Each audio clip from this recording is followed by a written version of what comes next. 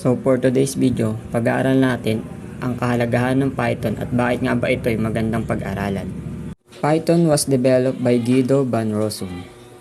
Python is a very simple programming language. So bakit nga ba siya tinawag na simple programming language?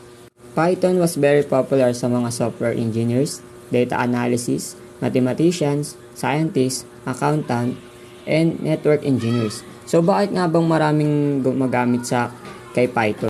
So, ito yung mga example na pwedeng paggamitan kay Python. First, automation. You can compile different software and application with Python.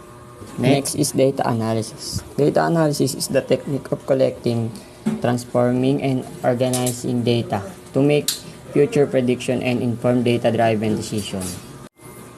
And also, artificial intelligence.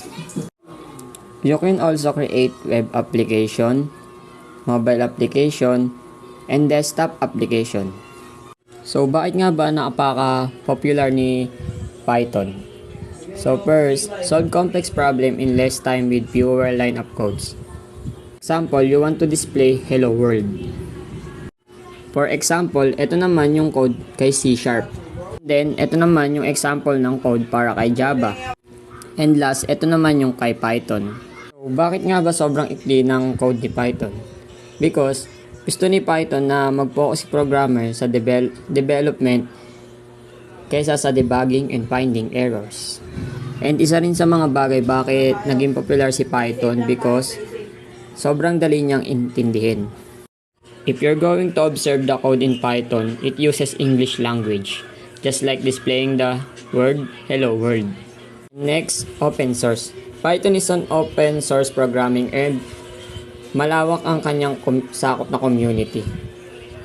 So if you have a problem na hindi kayang sagutan, you have many resources na pwedeng pagkuhaan because sobrang lawak ng community ni Python. And it has a large standard library. So it means marami kang pwedeng gawin kay Python because sobrang lawak ng kanyang library. For example, pwede mo rin siyang gamitin sa pagsasolve sa math. And lastly, demand. The demand for Python developers has skyrocketed in recent years with a worldwide increase of 41%. Sobrang daming companies ang nag-hire ng mga programmers na marunong sa Python because sobrang daming kayang gawin ni Python. And yun lang po, maraming salamat.